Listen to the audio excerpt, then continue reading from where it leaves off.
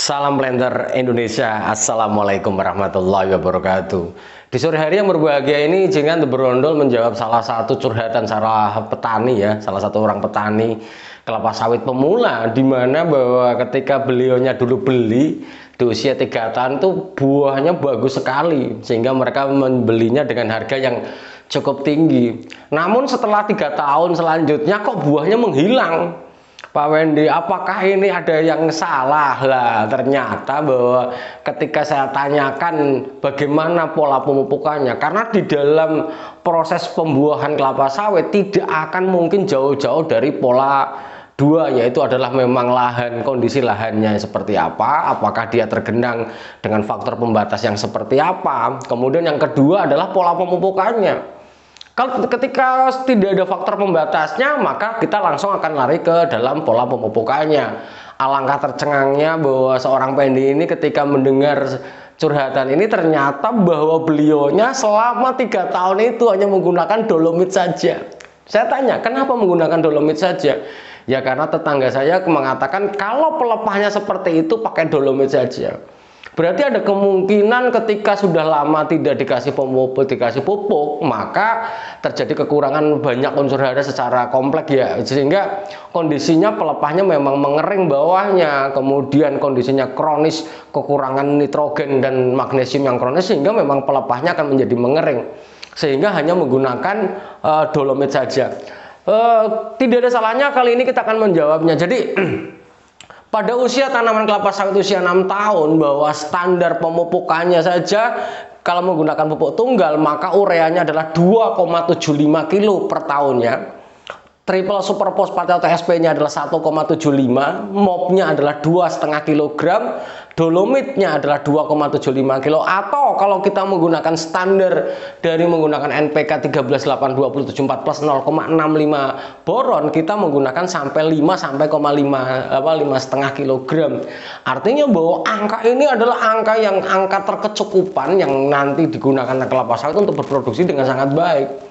Sehingga sangat wajar sekali ketika kondisi dulu dibeli 3 tahun yang lalu, kemudian tanpa ada input masukan dari si pemiliknya, maka produksinya akan lama-lama akan turun, karena memang di dalam pola pembentukan buahnya pun akan membutuhkan unsur hara dalam jumlah yang relatif banyak. Ketika tidak terpenuhi dengan sangat baik, ya pasti buahnya tidak akan terjadi, tidak akan terwujud bentuknya. Mungkin tidak terasa sampai dengan saat ini panenannya hancur dan tidak ada buahnya lagi, ya wajar karena hanya menggunakan dolomit saja. Ini satu hal yang wajib dipahami, ketika kita ngomong dolomit maka kita hanya ngomong dua fungsi. Yang pertama adalah sebagai fungsi pH-nya, untuk menaikkan pH-nya. Kemudian yang kedua adalah sebagai sumber magnesiumnya. Hanya dua saja fungsi dolomit di sini, hanya sebagai menaikkan pH, sebagai pengapuran, dan magnesium hanya sebagai sumber dolomit ini sebagai sumber magnesium untuk tanaman kelapa sawit yang kita budidayakan. Pertanyaannya, sumber nitrogennya mana, fosfornya mana, kaliumnya mana? Nah, ini yang perlu. Sementara di dalam proses pembentukan buahnya, fosfor, kalium, dan nitrogen ini adalah saling mengunci untuk membentuk sebuah produksi yang sangat bagus sekali. Ketika memang tidak ada pemupukan nitrogen, tidak ada fosfornya dan kaliumnya, maka ya jangan berharap akan produksinya akan naik.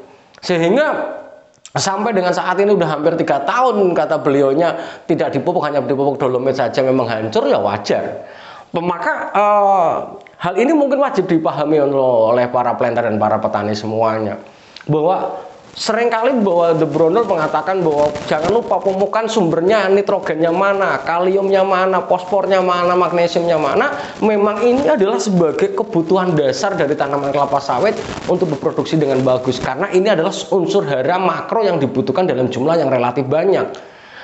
Di sisi lain mungkin ada unsur hara mikro yang dibutuhkan, misalnya boron, kalau di gambut misalnya ada Cu dan sebagainya. Namun yang dipertanyakan dulu adalah nitrogennya mana, fosfornya mana, kaliumnya mana, dan magnesiumnya mana. Sehingga nanti kita akan ngomong masalah produksi. Tapi kalau hanya terpenuhi satu saja, dolomit saja, maka nitrogen pasti akan kurang, pasti tanamannya tidak hijau, batangnya mengecil karena fosfornya nggak ada, kaliumnya mesti daunnya bintik-bintik, dan ini mesti akan kondisinya mesti akan sangat memprihatinkan. Benar sekali, dikirim emang nggak ada buahnya, ya wajar lah begitu. Bagaimana Pak Pendi, bagaimana untuk memperbaikinya? Maka ya kita kembalikan lagi bagaimana memperbaiki kondisi tanaman yang ada, ya kita kembali lagi ke pola pemupukan. Pola pemupukannya harus bagaimana, perhitungannya adalah nitrogennya berapa, fosfornya berapa, kaliumnya berapa harus diberikan. Dan terapi ini tidak berjalan cepat, pasti akan butuh waktu lama. Pak Pendi, nah katanya teman setelah nanti buahnya sudah habis sekitar 2 tahun yang lalu, saya siram pakai pupuk cair, tapi kok nggak bergerak, jumlahnya berapa? Sekali lagi bahwa pupuk organik bisa digunakan untuk membantu kita dalam budidaya kelapa sawit, namun jumlah yang diberikan juga harus relatif harus banyak. Kalau hanya jumlahnya sedikit saja ya percuma saja, karena apalagi sudah 2 tahun tidak dipupuk menggunakan pupuk organik.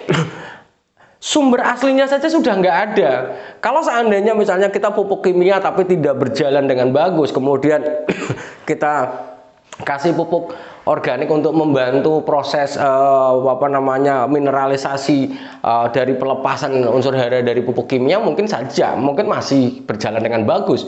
Namun kalau memang sudah 2 tahun nggak ada, ya memang tekor ya kayak gini kondisinya, maka harus dikasih treatment, tetap pola pemupukannya sesuai dengan umurnya dan kita lihat kondisi fisiknya, maka harus dilakukan pemupukan. Nah, standarnya adalah pupuk yang diberikan ini, dan hasilnya memang tidak bisa dilihat secara langsung selama 6 bulan yang akan datang produktivitas akan naik drastis, tidak, karena proses penyerapan urea, TSP, MOP, dolomit ini juga butuh waktu yang angkanya 17-24 bulan yang nanti akan sampai dengan produksi mendatangnya. Mungkin itu aja dulu yang dapat saya sampaikan.